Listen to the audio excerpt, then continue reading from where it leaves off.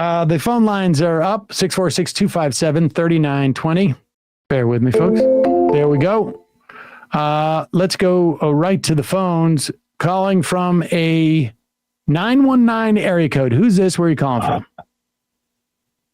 Hey, how's it going? This is Todd from Raleigh. Todd from Raleigh. What's on your mind, Todd? So when the Unabomber died a month ago, I didn't shed any tears, but I noticed a lot of libertarians online and libertarians in my social life were mourning him.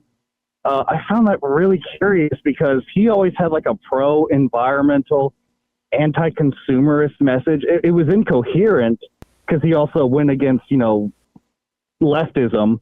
But I wanted to see what your take, your and Matt's take on what is the appeal of the Unabomber to libertarians and conservatives when a lot of his, albeit incoherent manifesto, flies in the face of their core beliefs.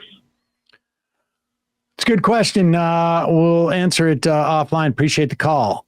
I can't imagine it's anything more than an aesthetic, to be honest with you.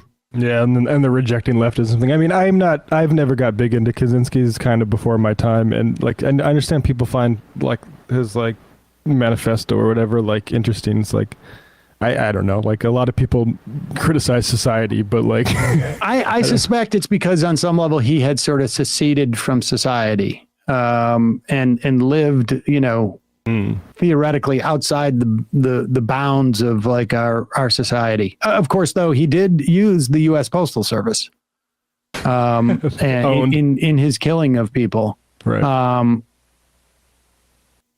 But they'll ignore that.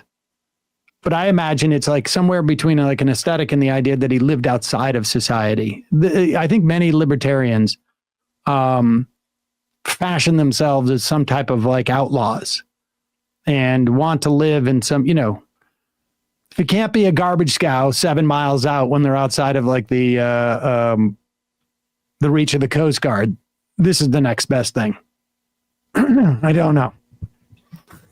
Kid tested, Paul Bureau proved. You do look pretty terrible too, Sam. Just concerned about your rapid deterioration. Jeez. Man. A little rough crowd today.